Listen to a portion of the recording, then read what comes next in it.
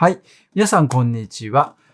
今日は ATTB のシャープ131です。この ATTB は支援技術、アシスティブテクノロジーに関する情報をお届けする YouTube チャンネルです。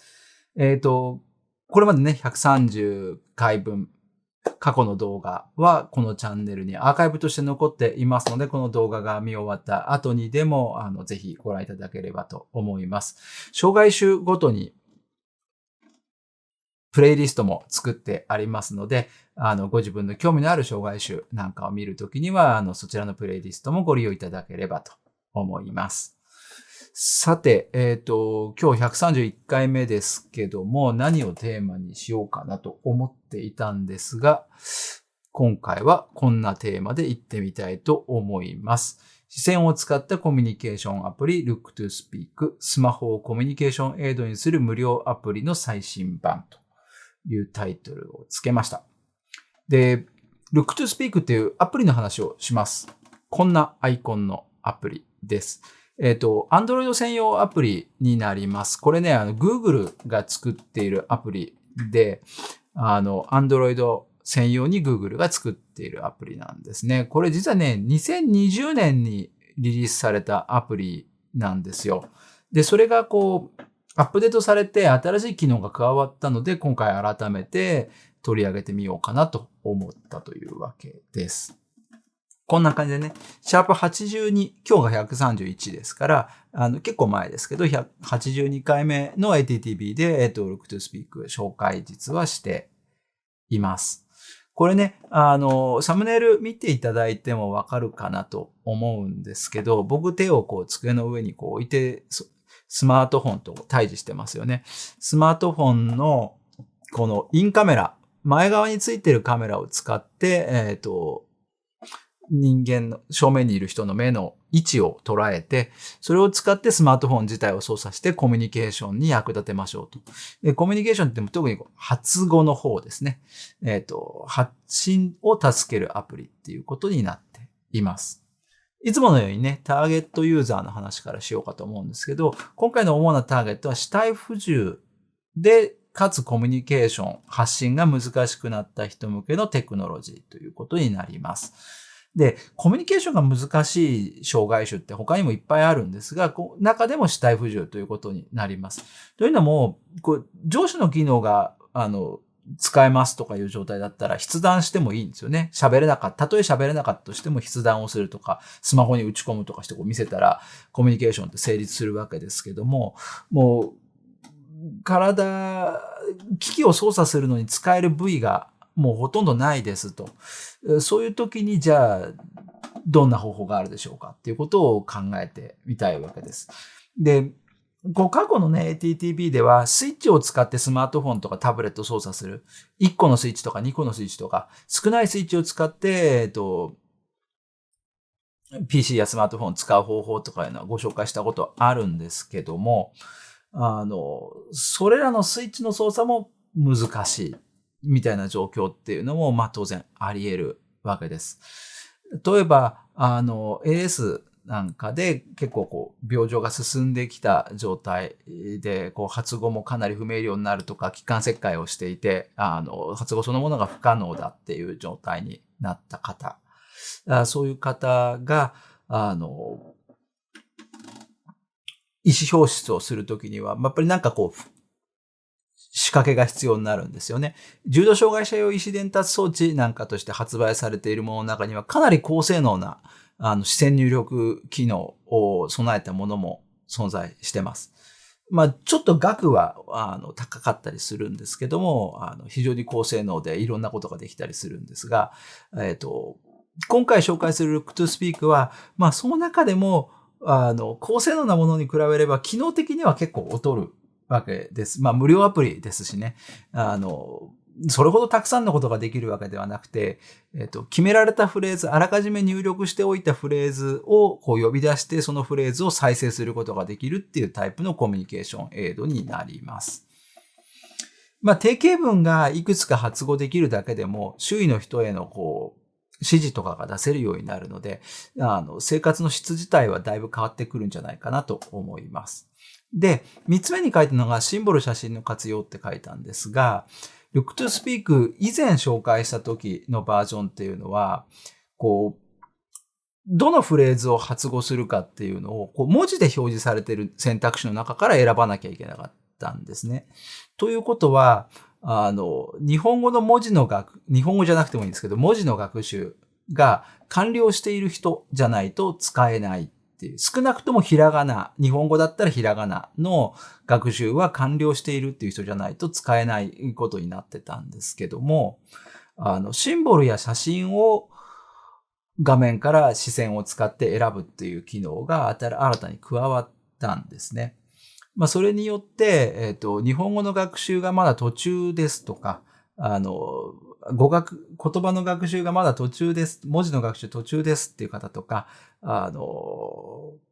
かなか知的な遅れがあって、それに限界があるっていう方でも、ある程度使えるようになってきたので、その辺の新しい機能を一緒に見ていけたらなと思っております。それじゃあね、本編の方に入っていくことにしましょう。はい。じゃあ、ここから本編の方入っていきますけども、スマートフォン使って Look to Speak 見ていく前に、視線でコミュニケーションというのについて、ちょっと説明してから、実際にスマートフォンの話していこうかなと思います。視線を使ったコミュニケーションについてね、それ分かってますっていう方は、下の概要欄に、チャプターを打ってあるので、こう適当なところに飛ばしていただいて、見ていただければと思います。で、目を使ってコミュニケーションするっていうのは、体の動きがすごく少なくなってしまった方で、コミュニケーションに困難を抱えている方にとっては、非常に重要な生命線になったりするわけですね。で、LS なんかの場合だと、目の動きっていうのは比較的残りやすいとも言われてますので、目を使ったコミュニケーション機器には、かなり注目は集まっていますし、今では、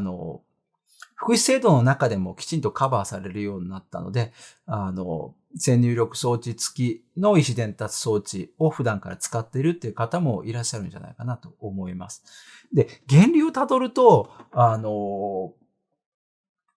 アイゲーズボードとか言われる、結構ローテクなものだったんですよね。右を見てるか左を見てるかって相手と向かい合えばわかるわけですね。で、コミュニケーションのシンボルとかを、アイゲーズボードに貼るわけですね。セロテープとかで貼っちゃいますけど。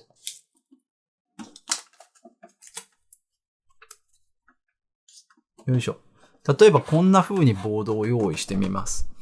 これ、画面上左を見るといいえだし、右を見るとはいになるわけですけど、これ真ん中穴が開いてて、左右は取っ手がついてるんですけども、これで相手と向かい合って、今カメラの向こうにいる皆さんとコミュニケーションをしようとしてるとしたらこんな感じになりますよね。で、相手がどっちを見てるかではいかいいえかがわかるんですね。で、2択ぐらいだったら目を閉じたらはい、目を2回閉じたらいいえみたいな、そういうルール作りでもいいんですけど、アイゲーズボード使うと右左だけじゃなくて上と下にもシンボル貼れますよね。で、さらに4箇所、斜めっていうのも入れれば、全部で8箇所、コミュニケーション用の単語を貼ることができますよね。こういうのを使って、相手と向かい合わせになってコミュニケーションをするっていう、そういう方法が昔からあります。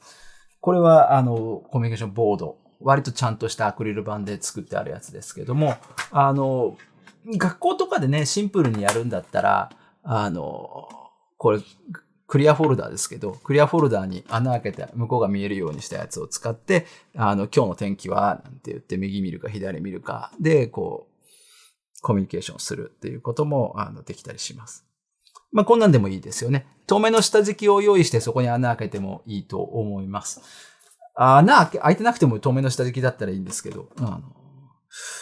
穴があると直接見えるので、相手の目がしっかり見えるっていう利点はあります。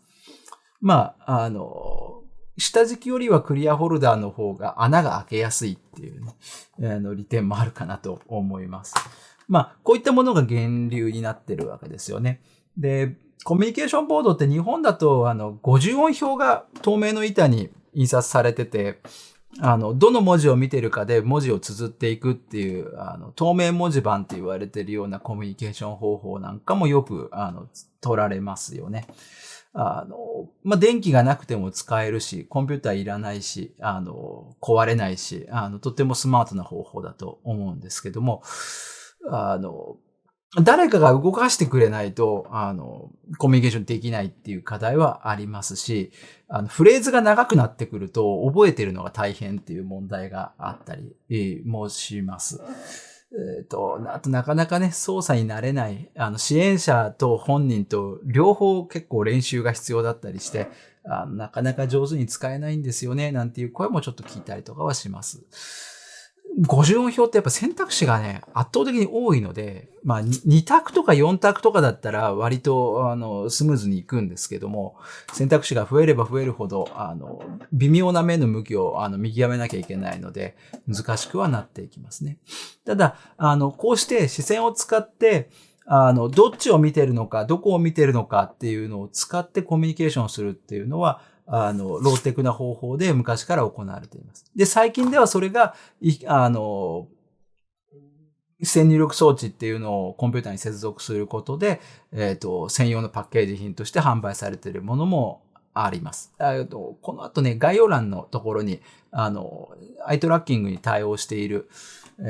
一連達装置についても、関連資料としてリンク貼っておきたいと思いますけど、そういう製品もありますし、福祉制度でもしっかりカバーされるようになってきています。これがね、今日のお話の前置きのところになります。それでいよいよ本題に入っていくわけですけども、Look to Speak、ちょっと見てみることにしましょう。よいしょ。Android のスマートフォンできましたけども。はい。こんな画面です。で、右と左にフレーズが分かれて表示されてます。今下にね、目が検出されませんでした。デバイスを正しく配置されていることを確認してくださいって書いてあるんですけど、このフロントカメラで人間の顔を捉えて、その中から目を見て検出しようとしてるんですが、これ今カメラの方に向けちゃってるので、目が見つかりませんっていうふうに警告が出てます。で、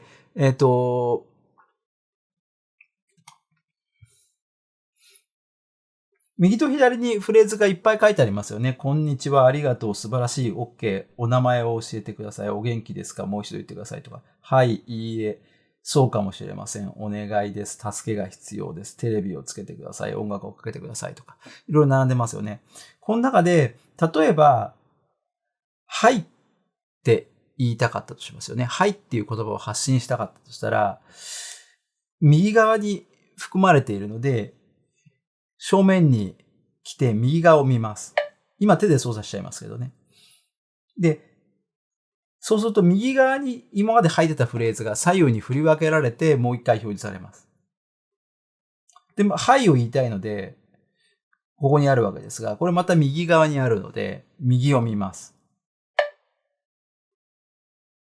で、またこう右側にあったやつが左右に振り分けられて出てくるので、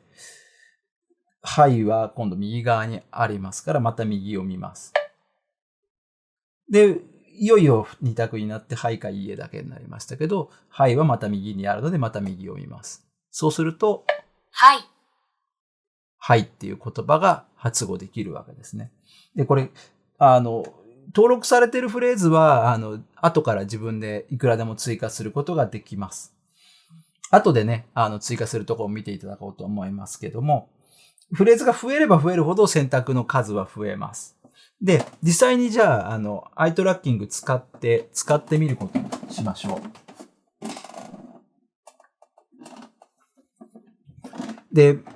顔の前にスマートフォンを固定するためには、なんか適当な、スマートフォンホルダーみたいなものを用意する必要があると思います。ベッド上で寝そべりながら、スマホで、なんか動画とか見られますみたいなアイテムって、電気屋さん行くと最近売ってますよね。そんな簡易なものでもいいと思います。福祉機器として販売されているものもありますけども、安定して顔の前に、スマートフォンが固定できれば、それで良いと思います。それじゃあね、実際に操作をしてみたいと思います。さっきと同じように、はいを選んでみますね。正面に設置して、はいは右にありますから右を見ます。で、またはいは右にあるので右を選びます。で、また右ですね。で、また右です。はい。で、こうすると、一つのフレーズ決めて言うことができるわけですね。お元気ですかっていうフレーズをじゃあ次は言ってみますね。右、右、右。お元気ですか？はい。こんな風に、お元気ですかっていうことができました。で、僕一切手を使ってないですし、何もスイッチとかデバイスついてないですよね。スマートフォンの内側についてる自撮りとかでよく使うカメラですよね。それを使って僕の目の動きを捉えてるんですね。割とパッケージ品、意思伝達装置の視線入力装置として、パッケージングされている視線入力装置は、目の動きをかなり細かく捉えてくれるので、まるでこうマウス操作をするように目を使って、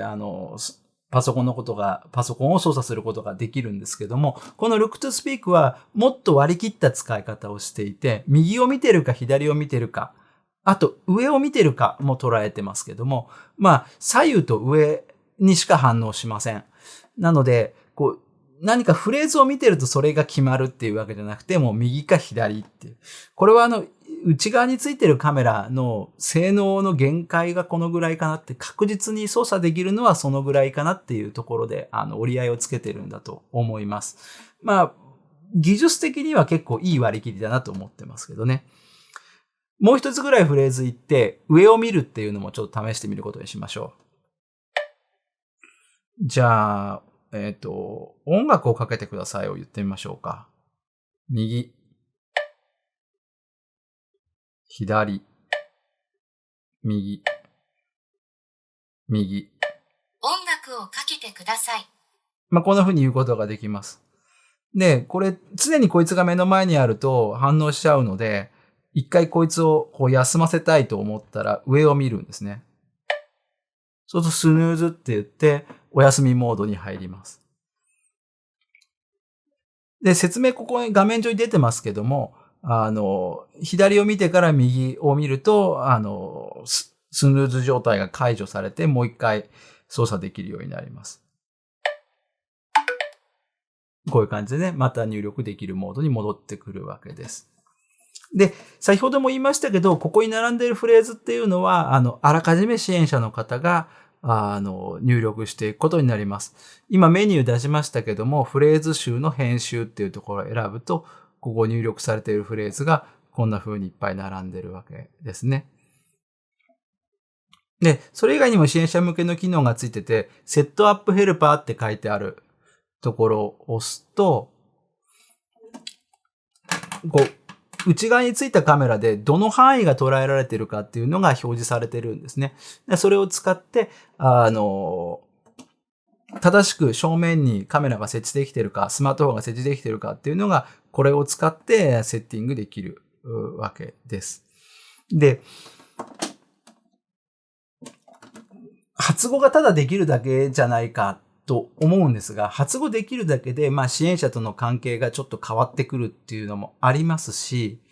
今日ここにスマートスピーカーを用意してるんですけど、発語ができればスマートスピーカーの操作はできたりするんですよね。一個試してみますね。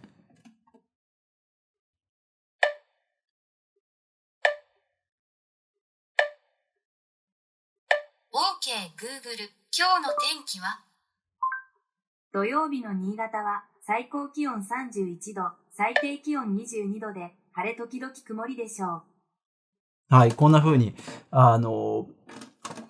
天気を聞き出すみたいなことも、スマートスピーカーの力借りたりするとできるんですよね。これ今僕お天気聞きましたけども、ラジオつけてって言ったらラジオかけてくれるし、お家の方のセッティングさえちゃんとしておけば、電気をつけてとか電気を消してとか、エアコンの設定温度上げて下げてみたいなこともできたりします。だから、Look to Speak 自体は非常にシンプルな機能しか持っていませんけども、拡張していく方法は結構たくさんありそうで、世界が広がっていくことになるアプリだと思っています。じゃあ簡単にね、スマートスピーカーも含めて、ちょっと Look to Speak の使っているところを見ていただいたので、次からはちょっと新機能の部分見ていくことにしましょう。新機能なんですけども、新機能一つは、単語の階層化。で、もう一つがシンボルを使ったコミュニケーションなんですけど、さっきご覧いただいたように、Look to Speak ってもう一度見てもらうといいかな。こんな風に、単語がたくさん並んでるんですけど、これ、いっぱいに増えてきちゃったらどうするのっていう問題があるわけですよね。それは当然そうですよね。増えてきたら限界が出てくるわけですよ。でもここにはこんにちはとかありがとうとか、ちょっと挨拶っぽいフレーズがいくつか並んだりしてるなとか、似たようなフレーズ、質問に関するものがいくつかあるな。お名前を教えてくださいとか、お元気ですかとか、質問っぽいやつとか。で、まとめられるものは、フォルダにまとめとくみたいなことができるようになりました。ちょっとやってみますね。フレーズ集の編集っていうのを選んで、今、こんにちはとありがとうございますが、ここに並んでますけども、左側に、挨拶っていうフレーズを1個ここに作ってみました。で、このフレーズの下にフレーズ集を作成っていうと、挨拶のフレーズ集が作れます。で、ここに、おはよう、こんにちは、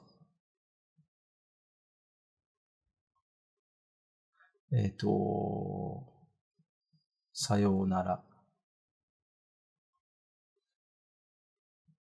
こんばんは、それから、ありがとう。ありがとうございます。こんな風に挨拶に関することは、この挨拶っていうフォルダにまとめます。しました。で、そうするとこの、こんにちはとありがとうございます。もうフォルダにまとめちゃったので、これいらないって言って、消しちゃうことができるんですね。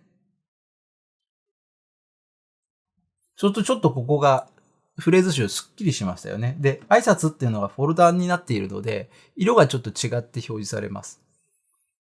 この状態で、挨拶っていうのを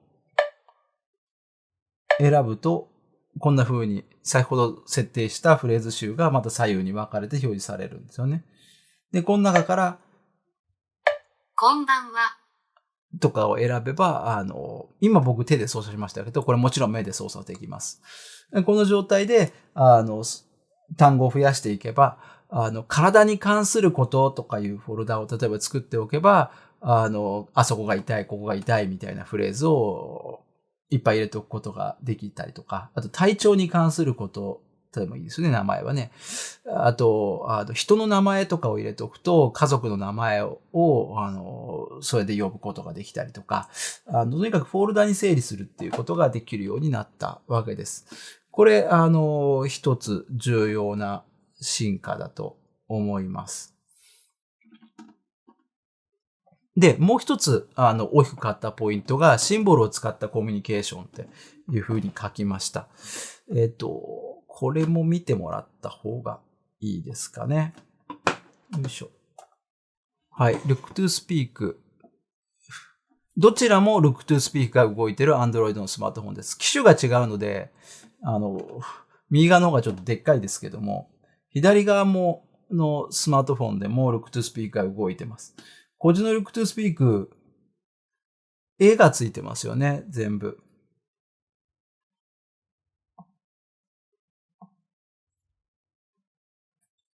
この晴れっていうのを見ると、ここに絵がはまってるんですよ。最初に設定した方の Look to Speak の場合、どうなってたかっていうと、こんな感じで、絵は入れられるんだけど入れてなかったんですね。今までこのオプションの画像を追加ってところがなかったんで、文字しか入ってないんですけども、新しくなって絵が入れられるようになったんですね、ここにね。なので、文字だけがこんな風にリストになってても、なかなかコミュニケーションには使いづらいよっていう人でも、Look to Speak 使えるようになっています。1個ぐらい追加してみましょうか。左側に、どうしますかね。おめでとう。入れて、これだと絵がまだ入ってないんですね。で、アイコン、絵文字、写真のいずれかを選択ってボタンを押すと、基本的にはこんな風に絵文字が選べるようになって出てきます。で、これもちろん写真って方を選べば、写真が選べるようになって写真を選択ってと、Android のスマートフォンで撮りためた写真にアクセスできるようになっています。ちょっと今日は絵文字でいきたいと思います。おめでとうっぽいやつ。これかな？これですかね。じゃあこれにしますか。こんな風に。だから絵文字が上手に活用できるので、コミュニケーションの幅結構広がりますよね。でこうすると、先ほど入れたおめでとうにアイコンが1個加わって、先頭の画面に戻ると、ここにおめでとうがありますよね。じゃあちょっとこれを使っても、やってみたいと思います。はい。じゃあこれで、絵文字とか、シンボルを使った状態の Look to Speak で、先ほどせっかく入れましたので、おめでとうを言ってみたいと思います。おめでとう左にありますから、左からですね。で、今度右。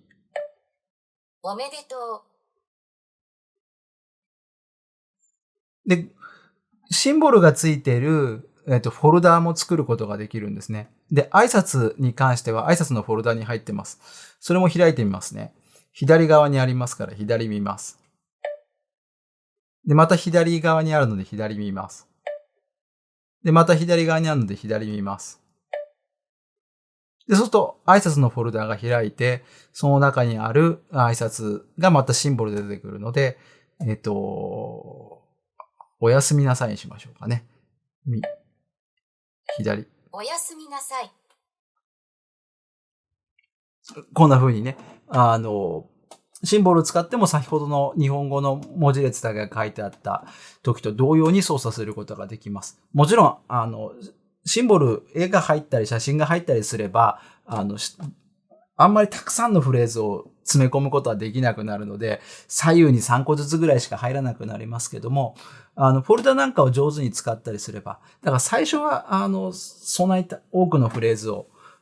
使い分けるっていうのは難しいかもしれませんけど、だんだん語彙が増えてくれば、階層を上手に使っていくことで、たくさんの言葉を、フォルダを使って、発信していくことができるようになるんじゃないかなと思います。このあたりがね、Look to Speak 新しくなった機能になります。はい。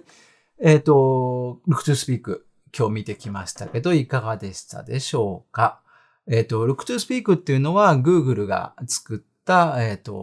Android のスマートフォン用のコミュニケーションアプリで、スマートフォンのインカメラの方を使って、目が右を見てるか左を見てるか上を見てるか、この3種類の方向を使ってスマートフォンを操作して自分の言いたいフレーズを発信するアプリです。この基本の部分は以前出たもの、初期のバージョンから変わっていません。で、そこに2つの新しい機能がついたんですよね。で、1つが、メッセージの階層化。今日は挨拶っていうフォルダみたいのを作って試してみましたけども、フレーズをどうして増やしていこうとすると画面の広さの都合でどうしてもフレーズに増やすのに限界があるんですけど、フォルダが作れれば、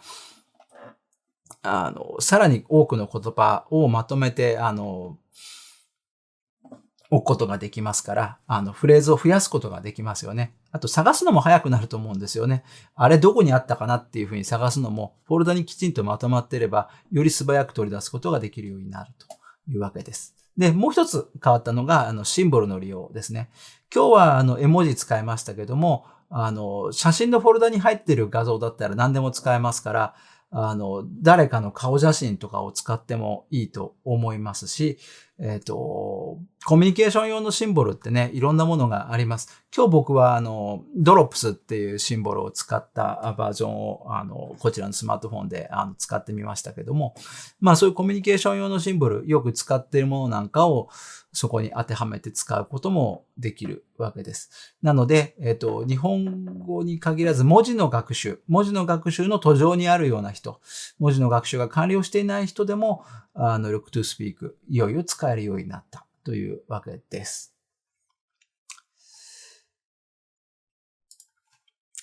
今回も ATTV ご覧いただきありがとうございました。この動画がね、もし面白いなとか役立ちそうだと思っていただけたら、グッドボタンを押していただけると嬉しいです。この動画で紹介した情報、今日動画の途中でも言いましたけども、関連情報、下の概要欄に書いてありますので、動画と一緒にご利用いただければと思います。また新しい動画公開したいと思っております。チャンネル登録をしてベルのマークを押しといていただけると、新しい動画が公開されたタイミングで皆さんのところに通知がいって便利ですので、どうぞご利用いただければと思います。はい。本日もここまでお付き合いいただきありがとうございました。また次回お会いしましょう。ではでは。